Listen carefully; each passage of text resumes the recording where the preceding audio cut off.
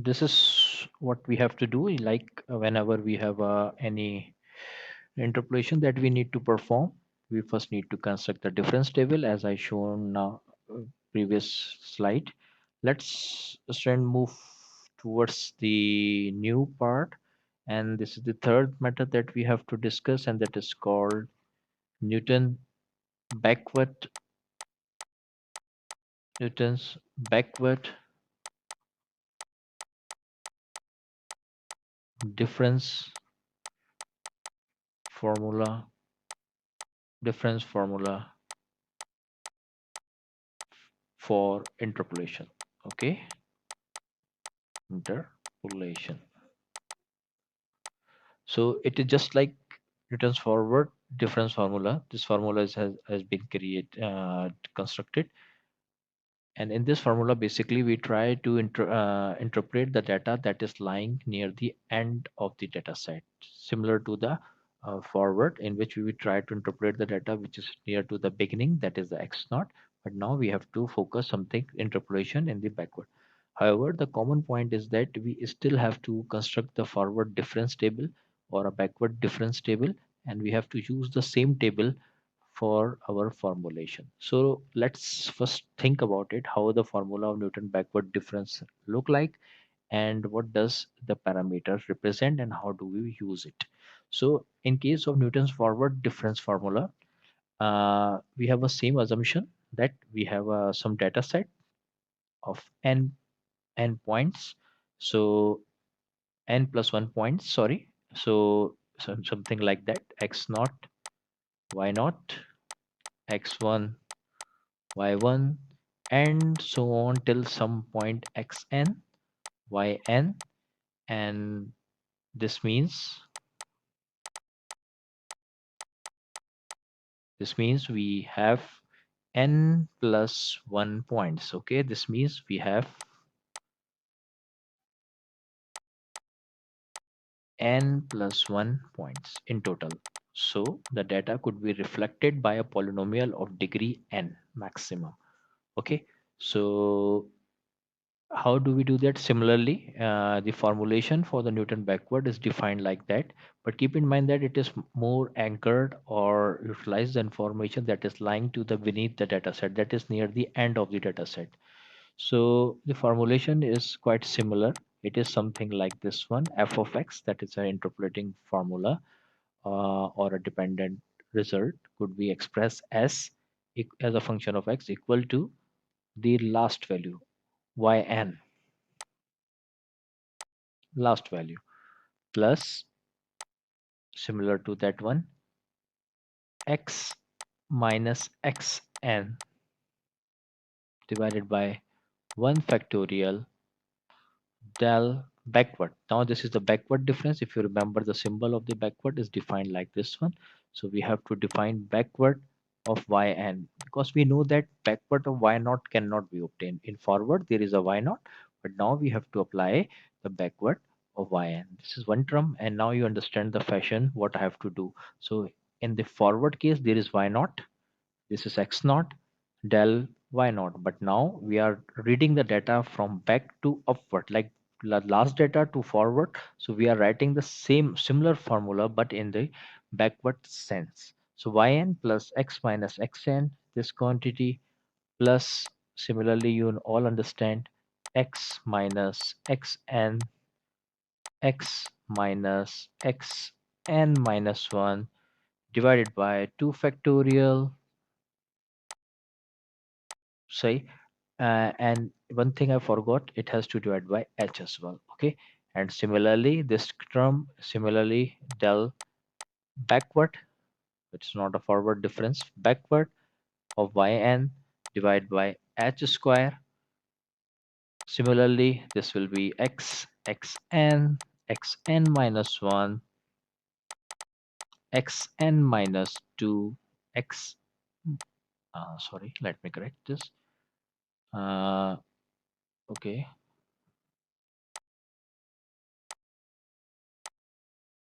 this will be x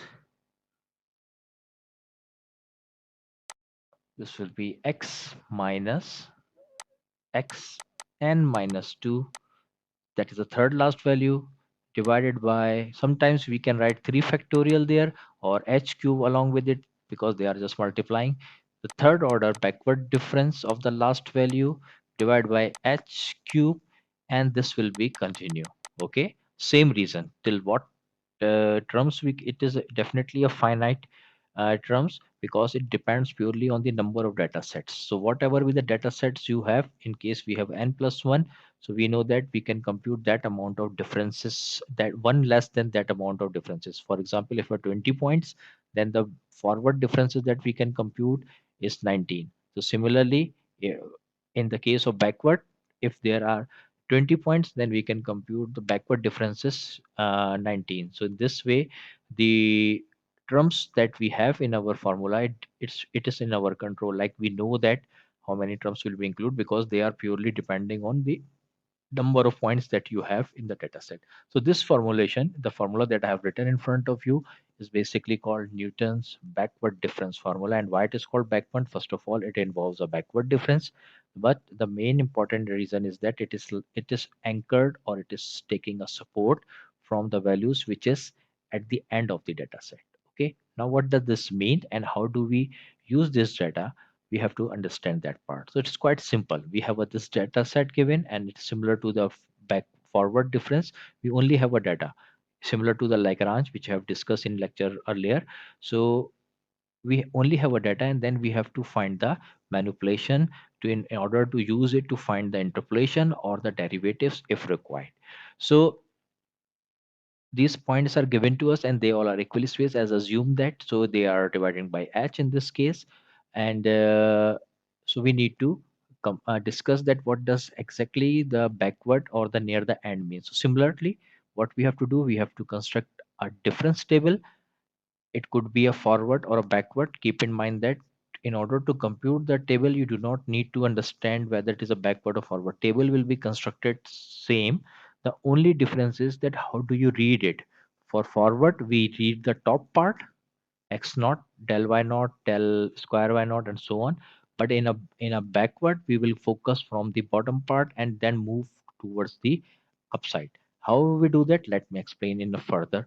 So we have a data defined like that one in the table. Let's construct difference table, and I'm not calling it forward or backward. We can generally call it now difference table, because once we have a difference table, we can use it to form forward data or a backward data.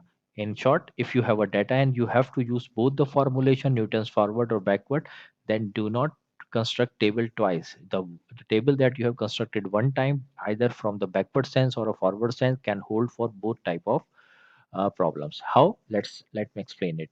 So this is x, some y. It is a tabular form. So the first data is x naught, then y naught, x1, y1, x2, y2, and this will be continue till the some last value, which is most important in this case to highlight, that is somewhere xn and yn, and there is one value ahead of it. This is called second order second last value. It is yn minus 1. So this is the data that is given to me, and now what I have to do, so I am here. Okay, so xy. So what I have to do, is it a difference table, although it does not necessary to use. So let's say, but just for the sake of the argument, I am representing a symbol backward, but it could be a forward table as well. So how do we read it, or what is the important part? If you remember, I have already pointed out in a backward, what we do, we compute a difference from our value from the backside, a topic that I covered in the operator. So if I want to compute the backward of a first value, is not allowed. You remember, it is not allowed. We cannot do that because there is no value ahead backside of it. So in the beginning we cannot compute the backward, but from the second we can do that. So backward of y naught is not possible, for this is possible. So this will become a y1 minus y naught, a value subtracted from its backside. It's similarly y2 minus y1. And if we continue, then in the last we will get yn minus yn minus 1. Okay, so these values are ready. So this quantity that you have I have just computed is basically refer as backward of yn. So this is the backward of yn, and now we can see that this values, this is the first difference of the last value lies in this column. This is the value. If I need this value, so I have to look in the table on the difference, and the last value in this column will be placed here. Okay, and h is the same difference between the two consecutive values is h, so it remains the fix, and we can replace it here. So this is how we have to deal, and all other values are trivial, 2 factorial, 3 factorial. So we can, so only thing that we need is the differences. So we need to compute. Similarly, if I want to compute other differences, so I have a data here. So I have whatever be the number is this quantity, I have to subtract it from this quantity.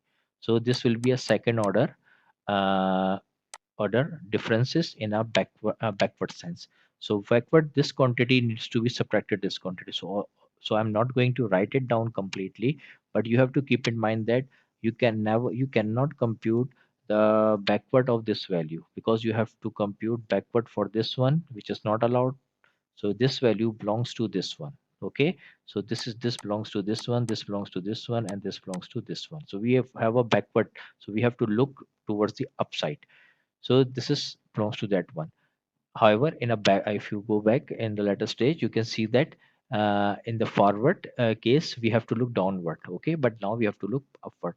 So this is possible. So similarly, if after subtracting, when you have a data, so you will get some number there. So you cannot compute the second order backward difference of this quantity. You have to compute this one. So we can see that this is associated with this value. Okay, so the second order difference will be of this form. So you can write it down here, y2. It's the second order difference. Similarly, there will be some difference ahead of it. So you can get the second order n minus 1 square. Okay, and in this way you have to continue. Similarly, if there is any other order difference, third difference backward, so you will get some quantity y3. Sorry, there is no square, this has to be 2 here, y n minus 2, and this will continue in this direction. Obviously I cannot compute this data before I have not computed something from there. Similarly, if I continue, so I will reach to the last column that shows the backward difference. So this column consists of the nth column of the backward difference. So if you look carefully, you will notice that it is just like the forward difference. Is nothing new here. It's the same thing. The only thing is the sense of computing. So if I want to read the same table in a forward sense, so what does this mean? So for forward, if I want to, so I just need to assign it properly. Here, this value belongs to that value. This is the backward difference of this value, not this one, because we cannot compute the backward of the first one. So what if I want to read the same table for forward? Nothing. You can simply say that, okay, then assign this value to that one, because now if you look for this quantity, so that quantity says subtract a value which is ahead of it from that value. This is the forward sense. We have learned that. So this is becomes the forward difference. So what I have to say that in order to apply the Newton's backward or forward, in when you have a data, you have to compute the table in either one of the way.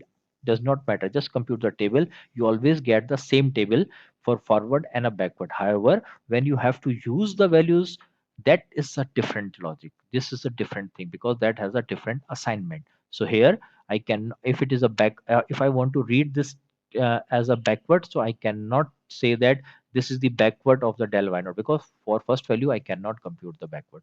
Okay, now look, come back to the main point. Okay, this is the backward difference formula that we have to run, and to use that formula we need values which are there, no problem for us. We need x minus xn, all values are there given to us, no problem. H is a common difference, which is a fix, which is known to us. Only thing left are how to compute this difference. So we need to compute first difference table, but as they are the backward, so I have to read the last row in this direction. Last row in forward, I have to read the top one going downward, but now in a backward, I have to read the last row. I need this data, I need this data, I need this data, and the last one, which will be plug here, which I have not written the term. So this will be going this year, this will be going there, this will be going there, and so on. Depending that how many data set you have, you can incorporate the number of differences. For example, if you have a 5, the last difference will be the del of 5 backward of 5 and y. So this depends on the number of data set. So this is what you have to do. It is very simple. Okay, so you not need to do this thing in a very detailed or a comprehensive or very detailed way. If you want to use this formulation, very simple. You, if I ask you what would be the answer at x equal to 1.2, for example, 1.5. So you just need to put x in place of x 1.5 and all the data from the table and to number and just simplify it. You will get the interpolated value at 1.